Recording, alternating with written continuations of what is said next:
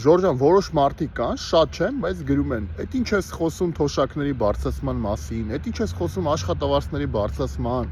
սոցիալական թեմաների մասին, հաշմանդամների, նպաստների եւ այլն, երկիրը վարի է գնում, անվտանգային հարցեր կա, դու նստե թոշակից ու սենց բաների մասին ես խոսում»։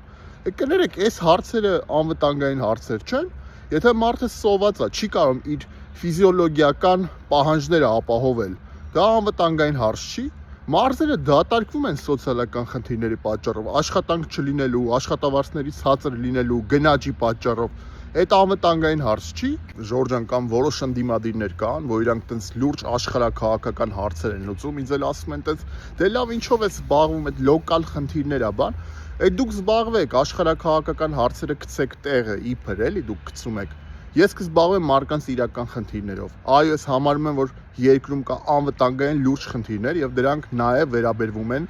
ֆիզիոլոգիական պահանջներին։ Երբ որ մեր թոշակառուները չեն կարողանում գոյատևել, երբ որ չեն ստանում համարժեք թոշակ եւ այս գնաճի դեմ չեն կարող գոյատևել, դա անվտանգային հարց է, կրկնում եմ։ Երբ որ աշխատավարձները ցածր է, մարդկանց աշխատացնում են ու փողերը չեն տալի, աշխատավարձները ժամերը ավելի են աշխատացնում, քան օրենքով է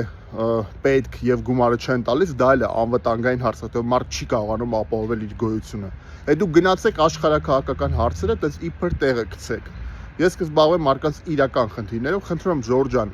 պահանջատեր լինենք, ավելի մեծ թափով մեր կամքը արտահայտենք, սա իրազեկման փուլն է եւ վստահեցնում եմ, որ սկսվելու է պայքարի իրականացման փուլը։ Խնդրում եմ բաժանորդագրվեք իմեջին, տարածեք այս տեսանյութը, մեկնաբանություններում գրեք ձեր խոսքը, ձեր ձայնը բարձրացրեք եւ անպայման հիշեք, մենք շատ ենք ու մենք ճիշտ ենք։